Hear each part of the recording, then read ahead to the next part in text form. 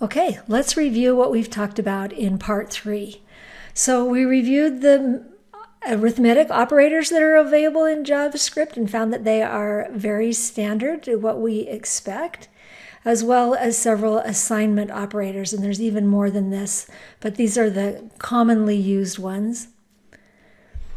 We understood that we could use math with dates. So here we're using subtraction with 2 different dates.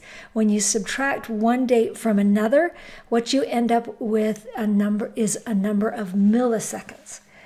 And so milliseconds, remember there's 1,000 in each second, so that's a bunch.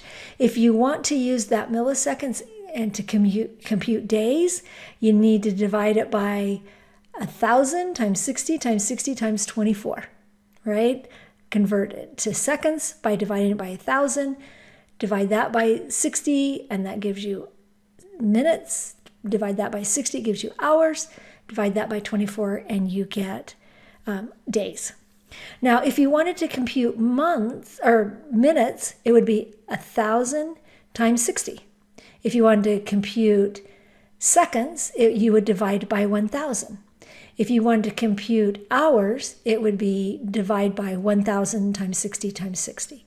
So you can use any combination, the right number, which one of these to get seconds, minutes, hours, or days. We learned about the math class, and that the math class offers lots of static methods and constants, and that we can call those by using the class name math with a capital M dot method, whatever we want, and then a value if it's required.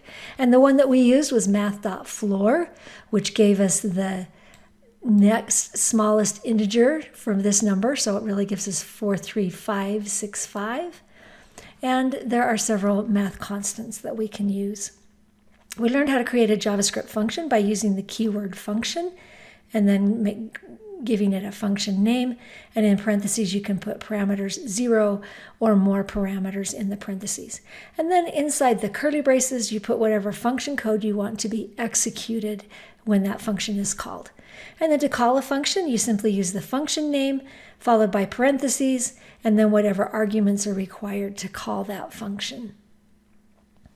We learned how to delay a function call by using the setTimeout method, where we identify a function name that it calls and a delay time. So you're going to call this function in 2,500 milliseconds or 2.5 seconds. And setTimeout calls the function one time.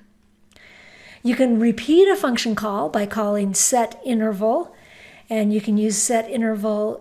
The first parameter is a function. That can be the entire anonymous function where you write the entire function in this first parameter, or you can just put the name of the function, or in quotes you can put the name followed by parentheses. So 3 different ways. It was same with the previous one, right? Same 3 different ways you can put that function in that as that first parameter.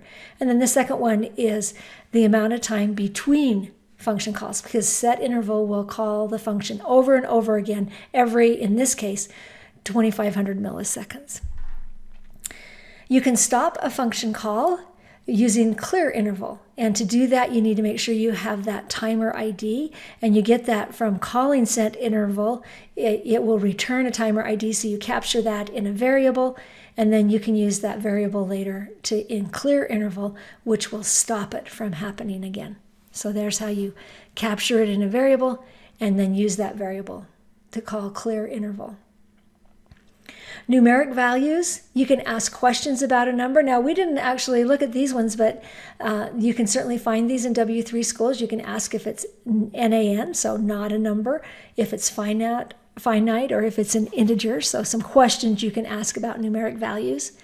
But we did go over these where you could call, there are lots. We only talked about a few of the variables or methods that are available for numbers. But we use toFixed, and that identifies how many digits after the decimal place you want to use it. So here we have a variable weight that has the value 45.6892. And we say, okay, well, we want it to have only 2 decimal places. And then once you set it to 2 decimal places, store it back in weight. And we end up weight will be 45.69.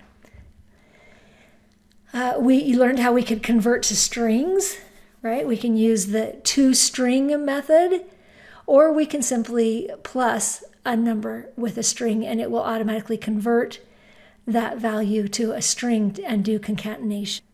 And we saw how you could change how you could convert a string to a number, right? So you can start with a string and then you can convert it using parseInt, which produces the integer portion of it, in this case 1, 2, 3, or parseFloat, which would produce the floating point version, which is 1, 2, 3.4.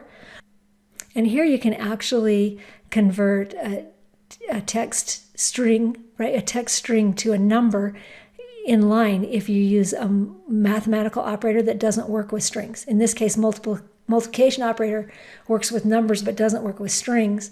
So JavaScript has a number on one side. It'll try to convert the string on the left to a number. If it can do that, it will actually convert text to a number and then use it in the multiplication. So there, part 3 wraps up this activity.